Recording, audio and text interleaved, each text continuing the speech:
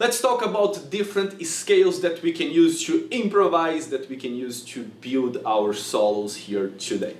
Let's pick an A7 as an example.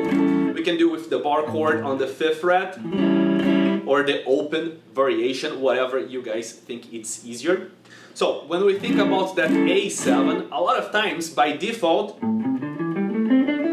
beginner guitar players tend to think about the A minor pentatonic scale, which there is really nothing wrong about it. There is a lot of cool solos built just with that scale. It's an easy one to memorize, and it's kind of the first one that we learned as well, okay? So we can definitely use that scale to do some solos, okay? But we can also think about an A scale, which is really nothing more than the pentatonic scale, adding that flat note there, the E flat, the flat 5 in the case of the A minor, it's the E flat note there, okay? And then just by adding that tiny little note,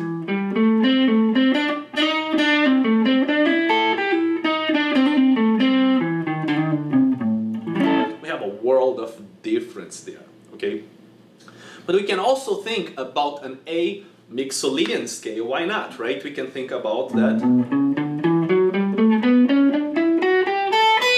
Mixolydian note,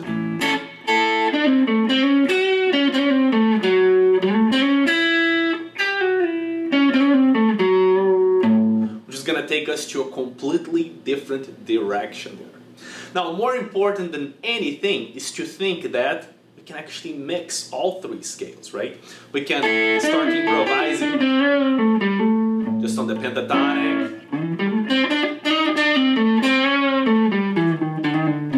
jump to the blues,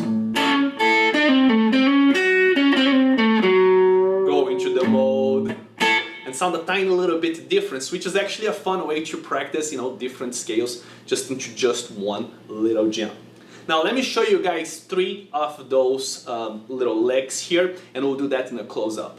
So here's the first one, just thinking about the pentatonic scale, which is really nothing more than 5, 8 on the low E, 5, 7 on the A, 5, 7 on the D, 5, 7 on the G, 5, 8 on the B string, and then 5, 8 on the high E.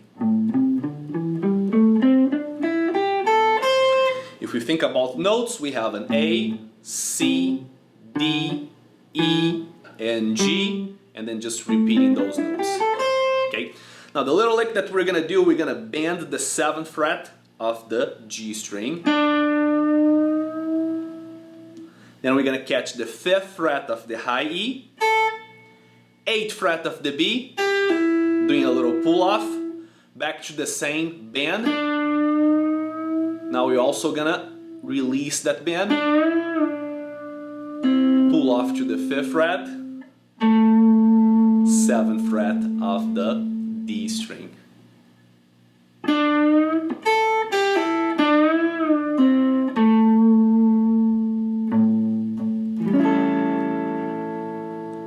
Now the second one using the blues scale, which is basically the same thing as the pentatonic.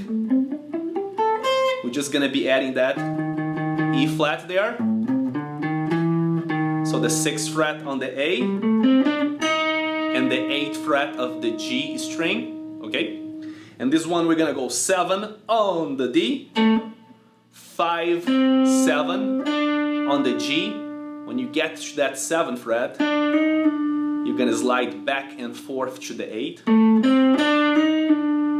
back to the 5th fret, back to the 7th fret, to the 5th fret of the G. So this part. Then we're gonna go 7, 6, 5 on the A string, 8 on the low E, and then 5th fret on the low E. So everything.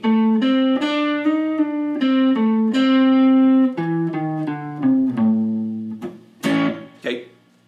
Now I'm mixing up some of guitar techniques. On the first one we did bends, pull-offs, now we're gonna do some slides, okay? If you're not sure how to do all of those techniques, make sure to book a lesson with your favorite teacher and go through some basic drills first. Now for the third one that we're gonna be using the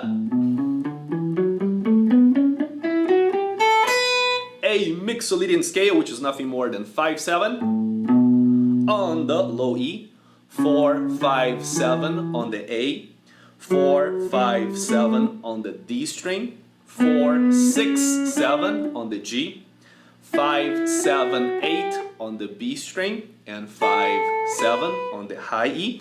If we talk about notes, we got an A, B, C sharp, D, E, F sharp, and G, and then everything else is just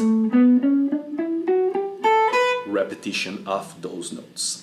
Now for the riff, we're gonna start with the 5 on the D, doing a little slide, then we're gonna catch the 5th fret of the G, do a little hammer on the 6th fret, 5 on the B, 6, 5 on the G, 6 again, pull off to the 5th fret, 7th fret of the D string, 4th fret of the same D string. When we get to that 4th fret, you can do a little bend there if you want, finishing on the 5th fret of the low E to go back to the chord. So this one is slowly.